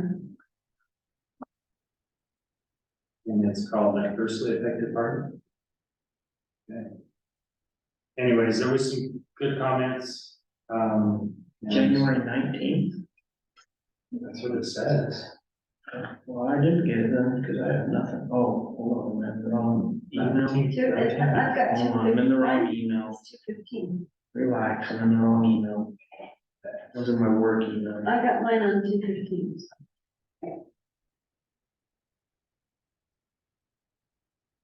So Cameron's suggestion, you did see it because you made a I suggestion. don't know, I just forgot that I saw He it. said this looked good, except, when we have our when we have words that are in our definitions, we're supposed to capitalize. Oh, yeah, I remember that now. There you go. I just remembered that. So that will happen. And then, point out, can the proposed, I did not underline the adversely affected party. That one needs to be underlined. So I will do that as well. And everything else is in red or underlined. That is going to be changed. And then in the clean copy, it's I only have it in red. Do you want them underlined in there as well? Yes, they want any additions underlined. No, in the proposed and in the ordinance one, because I seem to think the whole document is. No, probably not in the. Do I Clean. do, I don't know. In the clean copy, I like to not have it, so whoever's adding it into Ask the mayor, can just That's the copy and mayor. paste. The mayor. she's here. What? Would you like changes to the code underlined in the ordinance? In the proposed ordinance, yeah. Okay, just the proposed. Are we gonna? When we put it, So, when we put it in the online code, nothing's gonna show, this is new, this is changed, this is, you know, have a link to the ordinance and then they can see it in the ordinance. the question is, we have we have three sections. We have the current. And then this is in the template ordinance that we always document. And then the proposed, and in the proposed section, everything's underlined that is new. And everything's crossed out is going to be eliminated. Correct. And then there's an ordinance, we'll have ordinance number or whatever. This is our clean copy, is what I call it. Oh, and you're wondering. And there's none, Mhm. the clean copy actually has the ordinance and the whereases, Mhm. and then it does not have the underlines. I have it in red, the things that are new, but I don't have it underlined, or things that I have anything that was gonna be crossed out, I've eliminated, and it is Yeah. exactly as it will show up in the Online. ordinance. Okay. So then whoever's looking at it can copy and paste and put it right in the ordinance. That's it. Is that the way you prefer it, or would you like that underlined? I would want the changes shown in the actual ordinance so that in the future, when a member of the public wants to look at things, they're not gonna go find this. They're only going to find the ordinance. Like when we have our ordinance book in the town hall, and people go and they look at just the ordinance, the kind of ordinance that you're talking about. If they would like to see what has been changed, that's the only place they're gonna find it. There you go, that's your answer, Sean. Okay, got it. Okay, Thank you. So there's no clean copy. No, correct. Sorry, Crystal. That's Sorry, good Crystal. for me. Good idea. sorry, it doesn't take long to underline things. Yeah. Go ahead, Sean, or Ken. Are you done? Thanks for doing this, Sean. I have a couple of things that I want to put forward and that are important, I think. Adversely, people ought to have the right, if they are affected, if they feel they're affected. In some towns where we're large and there's lots of people, we have to probably be more restrictive. In towns that are small and rural, I believe that we need to recognize that we have geographical closeness to, in some situations, that some people may not be a border, property owner. They may be a walk down the street and feel that they're adversely affected. I know this town is receiving, and Keane's receiving, lots and lots of pressure and people who want to appeal and people who want to complain. about what's going on down the street or why we weren't notified and how this affects us. And we've had over the last few years referendums and things from people that may not have been bordering on developments or changes. Okay, But we're so- still a small town. We're still a small community. And I know that the state, Sean, if I got this right, the state says that an affected person is a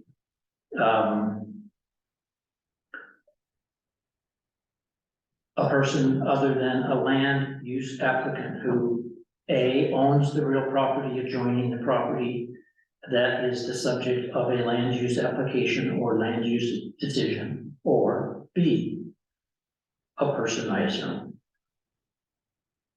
who will suffer a damage different in kind than, or an injury distinct from that of the general community as a result of the land use decision.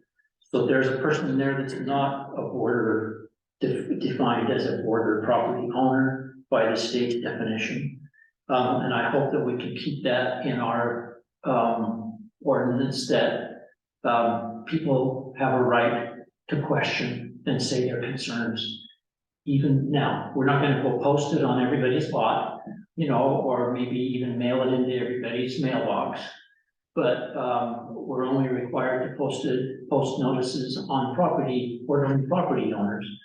But I do wanna make sure that we include in our ordinance, as the state has, that there may be people who feel that they are different in kind. Okay. Thank you, Ken. Just a couple of things to make clear. This would not affect anyone's ability to file a referendum. This only affects other type of decisions, not legislative decisions. And then as far as notices, this wouldn't affect who receives the written notice. My understanding, right, Sean? The written notices would still stay the same as they are. Also, our written. Which is that a property, isn't that the property 300 feet, within 300 feet of the any line? property within 300 feet of the line. Yeah, The football field. it's broader, so it does encompass more people. Because most of our properties are 1 acre, so it includes 2 houses over generally. Another thing to your side to somewhat, and that is that as a small town, as I mentioned, we also ought to feel more easily able to go to planning and zoning meetings and different things like that and stay informed as to what's going on in our neighborhood and what's happening around us. Hopefully that's easier, yeah. Right, any other comments on this adversely affected party? Yeah, we ought to hire an extra person for Gene Garati to take the complaints. He's gonna pass them to us, from what I heard. We're not talking about that. Remember how I said I let everything come up? Yeah, no, we're not talking about that. Just kidding. All right, we'll move on then. What's the result of? Sean's gonna get that road up, we can have that for public hearing. I think it would also be good to hit up the lawyer to see if we're even allowed to make any changes to that. Like, can we make it more broad if we wanted to, or is that what we have to stick with? Stay, Right? I just say what the state code says. Okay, no, maybe you don't want to do that. All right. We are going to skip lodging definitions unless, because my understanding is nothing's rolled up yet. Okay, we're gonna skip that. So we'll skip E. We're on to F. This is discussion of highway resort zone location. And, I'll leave this to the end now to leave the discussion. I have a couple of copies of a preliminary ordinance.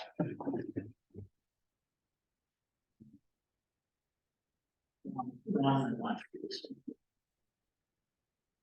Is there, You can have them after they look at them, you can have one. Um,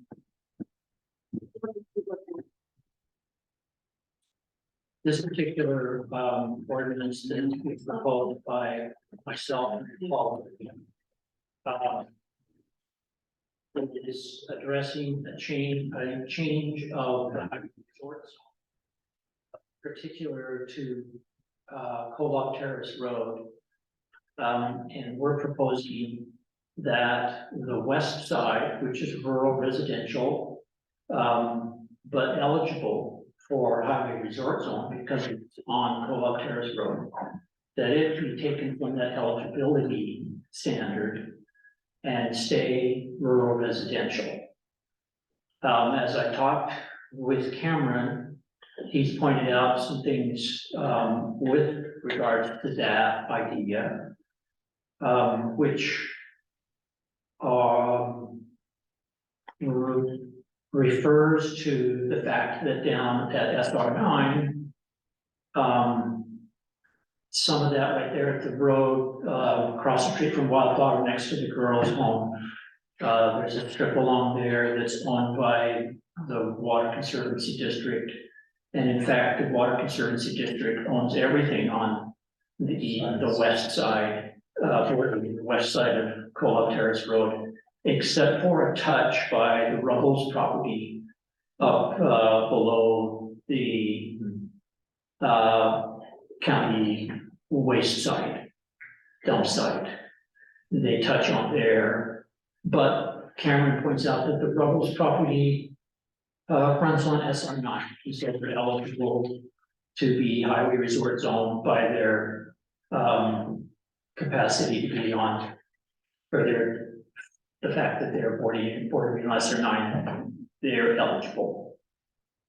The reasons are pointed out in there, and one of the things that brings this forward is the growth of commercial properties and developments.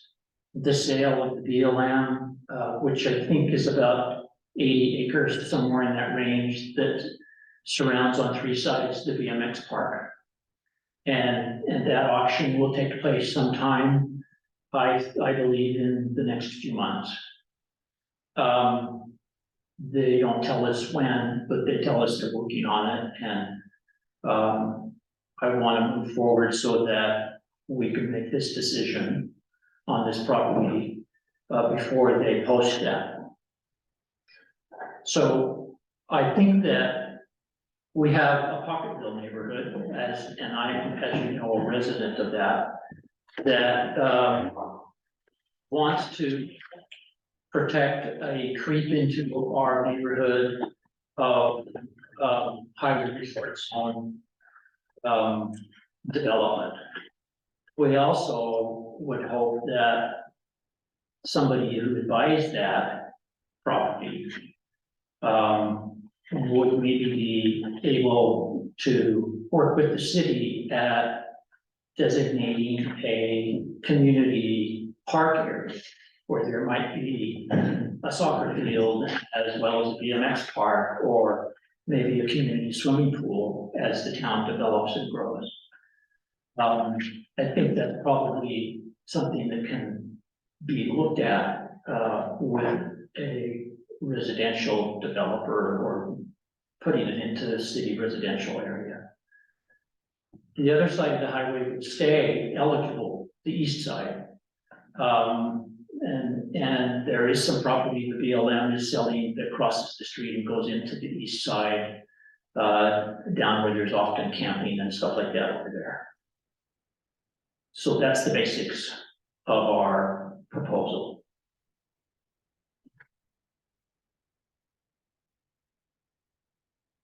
Cameron has noted and feels that the area around the county dump, he's not sure that we should change that, might be more conducive to commercial rather than residential, that, or highway resort zone. And he could maybe address his feelings better, than I could. Yeah, so my suggestion was that, if the desire was, to stop the creek into, their neighborhood and to protect that property around the BMX track, which I'm not opposed to, my suggestion was, let's just protect that and leave everything else alone. How would you suggest that? So, I was pulling up the ordinance right now, but my suggestion would be, sorry, I'm just trying to get there. So when you look at Reed's, directly front Co-op Terrace Road and then located east of the western quarter section line of 2T41S R1W section 23. I think that section line offers some protection to them. But I think that you could just add directly fronts Co-op Terrace Road, south of Pocketville Road. Correct. And then that would remove the section, that is around the BMX track. But it would leave everything else alone. We would remove the section around the BMX track, so it's leaving, you sure? I don't think that's what we talked about. Because north of Pocketville Road would include the section around the BMX track. South of Pocketville Road would leave the location around the dump still eligible for highway resort. Yeah, It would only remove the one section around the BMX track. yeah, so you're saying at Pocketville South, leave it eligible. And Pocketville North, Would not be. restricted to where it's at. Well, remove the eligibility for Yes. highway resort. So, and I'm open to discussing that. As I've thought about it, I don't think the dump provides any kind of if your concept is to try and protect Pocketville neighborhood, I can see maybe south of the dump site. But I believe if we leave it from the dump site up to Pocketville, then that opens it up there to like the development that's going on, Pocketville now that's being looked at or proposed, I can't remember his name. That was Kevin's property, those 12 lots. That probably someday will be the whole site of that hill. I would like to know that old reservoir for the irrigation system that sits at the corner of Pocketville and Co-op Terrace Road. So I would say from there down to the north edge of the dump should be included in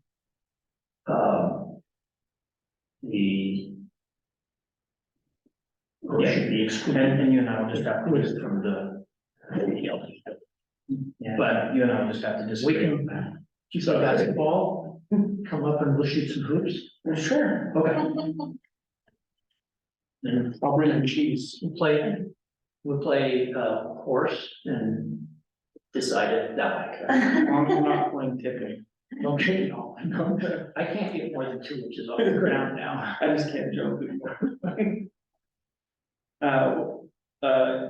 We'll open it up for some additional comments, Bronwyn. Well, I like the idea of protecting neighborhood, I think picking the right line is important, but I like that, and I really like the idea of, I don't know how we get this in there, but I perked right up with the baseball field, you know, all those sort of like residential area enhancing things make me really happy as far as, I think that's the kind of stuff plan and zoning should be looking at way ahead of time.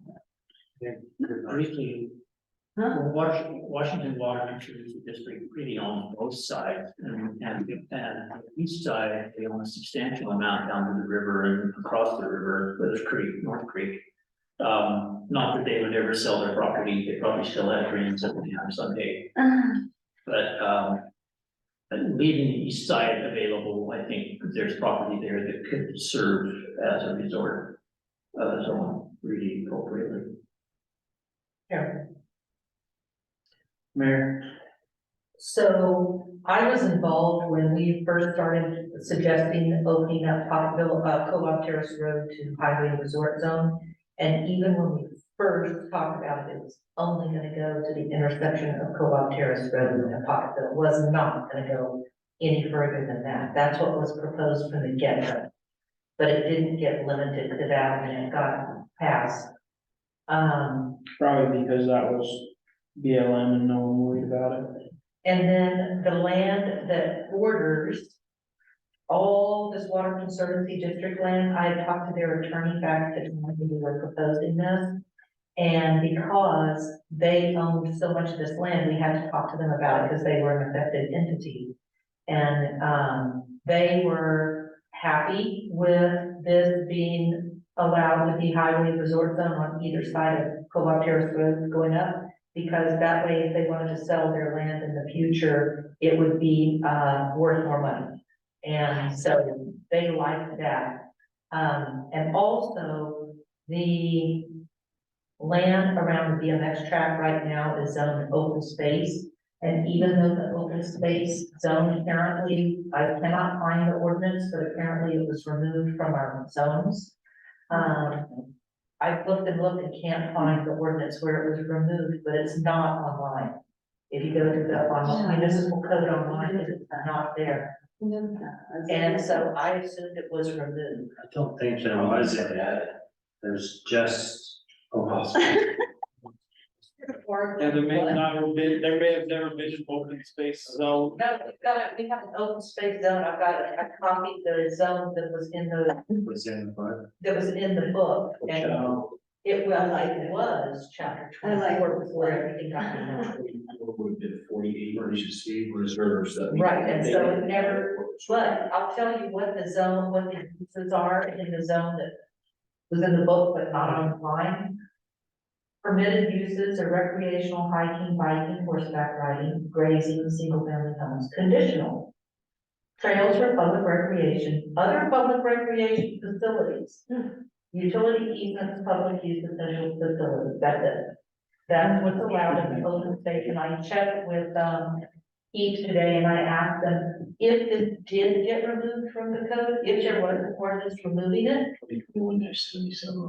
Okay, he said if it did get removed, there's still stuff with, it's still zoned open space, there's still stuff with the uses for open space, that they would have to ask for the land to be rezoned. But if we make it not eligible for HRZ, then I would be very happy. And I would like to see it become the recreational area that you and Jay had, Sean and Jay talked about for years. Yeah. Yes, That would we be can, cool. yeah. BLM. Well, let's. but they're selling it, so. I know. Well, he's here to tell you, don't open it. Yes, he is. He's here to get it. Yeah. I want Okay, So what? Any other- No, I think, Sean, I'm interested in the discussion.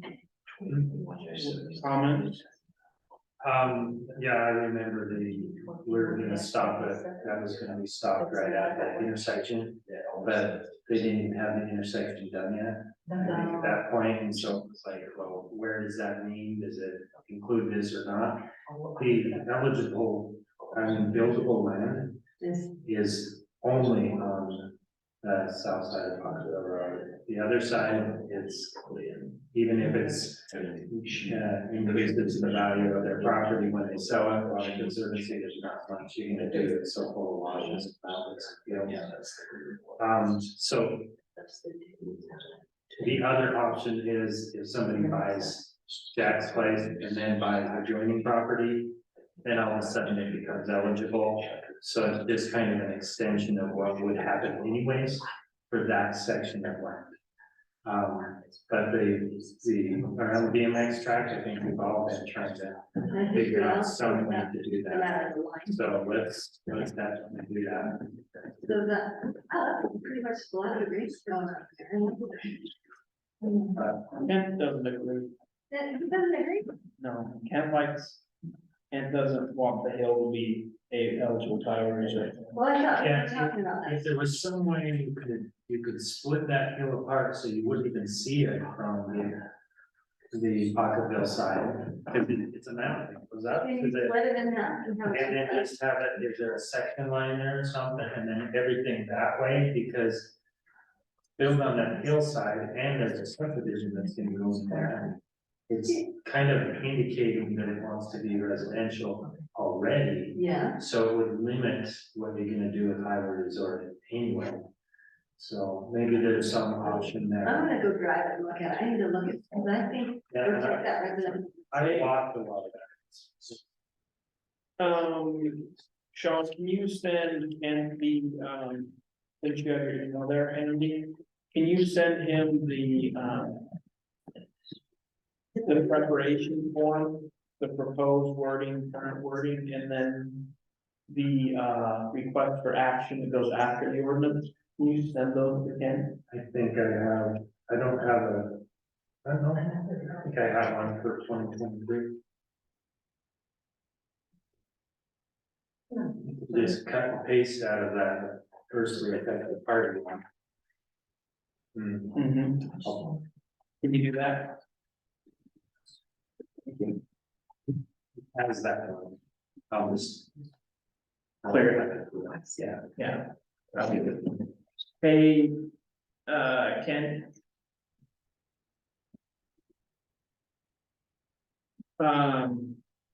Sean's gonna send you. So. Like this is written up, like Sean's written this up. With the current wording and proposed wording. Sean's gonna send you a blank copy of that. And what we'll do is we'll put that above the ordinance and then below the ordinance, on the next page after the ordinance, we'll put the request for action document. So this would be the highway zone ordinance, section. Yes. So we're gonna hand it to him. No, you're gonna write it up. Oh, I'm just telling you, there's that, the prepare section. Is that your copy? Yeah, that's my copy. You can keep it, that's fine. So there's the prepare section. And we just need to put that above the ordinance. So your ordinance is written perfectly. We just wanna add this prepare section above it, so when we submit it. well, if we submit it with the ordinance, I guess I want to change the part that we talked about excluding. Or should I not? You want to change number two on the ordinance, What did you want to change, Ken? What does it say? Because I gave you one copy. directly from Co-op Terrace Road and located on the east side of Co-op Terrace Road, under the condition that all access to properties on HRZ shall, don't you want to just change that to say directly fronts Co-op Terrace Road up to intersection with Pocketville Road? That's it? Well, I'm arguing with him about that. No, he wants it to go further south. Okay, And maybe we can argue that in the next meeting. With an amendment to what I write up. But we can talk about that in between. I would just like it wrote up and then we can get it on our agenda. You write it up how you want it to be. Okay. And then we'll have further discussion and public input, and after the public input, we'll be better be able to make this a recommendation. I know K and K owns a lot of that property, so they'll. Yeah, they might have some input, Input. so other residents, they might have some input, so. If you write it up, I would just like you to write it up with this above the ordinance. That way, when it gets posted for public hearing, your contact information is there, so if people have questions, they can reach out to you. Go ahead, Mayor. one last thing, I have this on the agenda for tomorrow's work meeting for the town council to talk about this very thing. So you might want to hear what the council input is too, and then write up an ordinance. Okay, thank you. So the additional meeting tomorrow, you can attend there.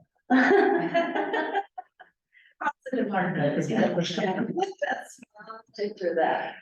All right, last item. Height regulations for rural residential. This is a rerun. Sean, go ahead, Sean. It is. We had made mention that we would like to help those out who have factors when they're building, that they, they're building in a hole somewhere and want that extra height, how to do that. We decided that raising the height limit was not conducive to at least those who voted for that. It's not implemented, so I came up with a couple of ideas. We were thinking about how we could address that if they come to us, and then we're the body who can decide, well, is this gonna work? I did, if anybody's interested, and I did have pictures of the one particular house that we addressed this particular issue about, and how it turned out for him. He was not averse to making the changes that were required, because he couldn't get a variance. He was told in the beginning he wasn't going to get a variance because it would be self-inflicted, but also there's a couple of pictures there. He cut off like this much of the height of the roof, so. Looks like a hotel. Right, so he cut off like 6 inches. Yeah. Okay, Yeah, because the different roof line. so that's in our employee housing section of town, Mm. and it's gonna, most of it will be employee housing, I think. So, just what you wanted, right? Mm. Mm. So anyways, I came across something that might. I even have a picture of the section that he had to cut off. It does not look like a house, That's how big it was. and it's Just not that. even the roof. Okay, so he did the roof thing. He was hoping he wouldn't have had to worry about that. But, the engineers got the trusses wrong. So he did it, he complies, he's moving ahead. Yet, if in these pictures, I don't know if you noticed how the lay of the land went. He is surrounded on 3 sides by about 10 feet of dirt. So in this case, he's not hired, or would not have been hired in any house around it. Those type of situations, is there something we can do that will, so we can either make the decision where we change the ordinance that gives an exception. I found in 8.22, exceptions to height limitations. And that might be a section that we could address this issue, whether it's a process they go through, or whether it's just simply one little statement, and I'll read this here. It goes through and it talks about it's a cat house with roof structure, housing, elevators, staircase, all these other things. Those are gonna be exceptions to that, including wireless or television masts, communication towers, theater lofts are even in there, silos or similar structures incidental to the building, but they have to be incidental to the building, may be erected above the height limits Aaron described. But then here's the What's one that? part I like, 8.22. And Thanks, sorry. Okay, under height standards and then beyond that. So the very last part, it says, but no space above the height limit shall be allowed for purposes of providing additional floor space. That clarifying statement there, if we can write something that will allow somebody, if they want a higher pitch on a roof so they can do their solar, they can, don't have to. Basically, we're mandating at this point, if somebody does a 2-story house, that they have to have a flat roof. I don't think we need flat roofs. And that's just a personal opinion, I'll admit that's just a personal opinion, but why are we mandating flat roofs if somebody wants a pitched roof? And that's the only thing that is, the height itself is the only thing limiting us. And like I say, you saw the picture of the cutoff of 12-foot section by, 14, 16 inches. Okay, so if we could have it where they could have that little extra height, they have to come to us or have some kind of procedure they have to go through to apply for that extra height. But as long as it's not, it's but that no space above the height limit shall be allowed for purposes of providing additional floor space. If that's in there and they qualify that way, then maybe we can make it work. What do you guys think?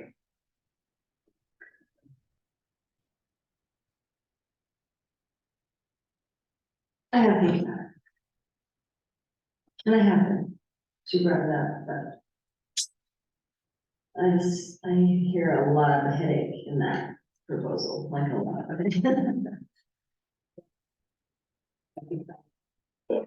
I don't get it. I get it for this case, but I just don't think you can.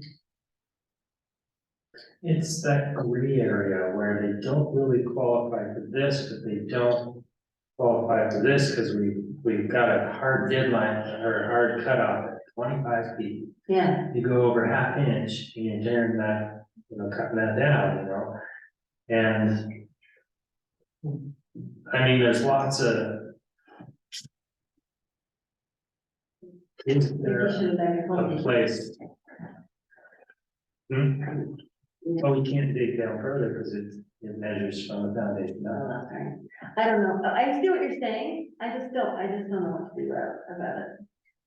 I think the thing to try to do is extract our minds from the particular case that's given as an example. Yeah, I agree, and in that Um, case, I don't really still know what to do. I just- because I think I felt- that is good. I felt that, personally, I just didn't feel comfortable with that case, and so I think, one, we would want to look at what Sean is bringing up here as exceptions to the General, ordinance. Yeah, And so maybe, let's say Rich comes in and says, I want to put in an apartment there or a short-term rental. Then I think that, which is probably what's going to happen in some way, but that's not the point I'm trying to make. I wanted to make a point that, if we're going to change a specific thing in the town that has an ordinance around it, height or from the frontage, it's pretty easy to know where the front road is. But it's not easy, it's hard, because it's sitting down in a hole, like Sean says. But really, it's the street off to the south that goes down that requires the height from. And so in this situation, we ought to have a way for a developer or a builder to make an appeal. well, we do, but that's the thing, we do, so how is that process, what's that wrong with that process? Okay, whoa, wait, so there's a process to look for a variance. Yeah, variance, that's the word. There is not a process for an appeal. Okay, wait, Yeah. I see. So a variance has very specific criteria According to this. according to the state. So we need something beside the variance? What Sean is asking for is a process to appeal, would be to appeal, but just to say, I'm a special condition, so the ordinance the ordinance should be adjusted for me because I'm a special condition. So for me to consider, I would have to know what the parameters, I need a suggestion, like, in this case, we would do, No, so what he's saying is we're not looking at cases here. We're no, looking, I mean, no, no. we're looking at a process for someone to make a What case. I mean is, in the case that this is necessary, some decide this is necessary, here's the process, and here's the parameters, and here's, that's what I need, I can't just, I And can't. didn't he ask for a variance? Well, I'm not, He asking- did. I wanna think about, I don't wanna be biased by Yeah, the right. person, I wanna think about just the process, and what I would need, I need to consider, I need a suggestion of. For what conditions do you have this, you know, extra consideration, and I don't know, So I that's need more. what I'm asking, are you guys I don't know, open to even me bringing it up? Because Yeah. Kind of we'll work on with that. oh, you don't wanna. If bring the everybody- out- just propose something and then you guys say, no, I didn't even want to discuss. it." How many people need this, like, is this something that comes up a lot, is it? We don't know. The question is a lot more people are starting to build two-story. Why doesn't the variance ordinance that we have option to pass? Okay, so, I get it. okay, so can the variance process is really very stringent and it's not looking at cases based on unique circumstances, if we're looking at cases based on hardship. I would need to look. So, and then to answer the question of how many people would need this. As we expand into areas of town that are south, where the hills are more rolling like that, there may be more instances like this. So I guess to answer your question would be, okay, I need to learn a little bit more, I need to look at how other places handle stuff like this, and under what circumstances they do, to be able to say anything intelligent about it, I don't really know. So the whole idea with that qualifying statement at the end that I read. Which I there, like, yeah, with that being a qualifying, they're not gonna build higher so they can put in a third floor or an extra attic space. That wouldn't qualify them for it. yeah, no, and I think that, I get that premise, and I So think that. if it's just that last little foot and a half that they want, roof pitch.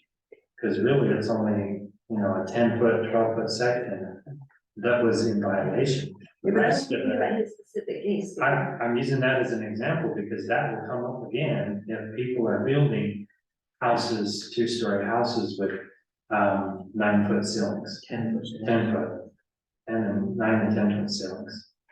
It just naturally will come up as soon as you put a 12-foot roof on it. Okay, so Okay, so let's see. is it worth Sean's time to write something up for this? I wouldn't do it, right, I think we should talk about it more, but yeah, I think we should talk about it more first. Yes. Andrew? Yes. I'll put it on the back. burner. That's a no for me. I'll put it on the back burner. Gotcha. But that was a yes from Bronwyn, and that was a yes from Ted. Yeah, so. But Bronwyn wants to see more details of the process. All right, anything else on the height? No, it's not. All right. So I will take a motion on 2. I would make a motion that we adjourn this baby. Brian made the motion to adjourn. Sean seconded the motion, all in favor? Aye.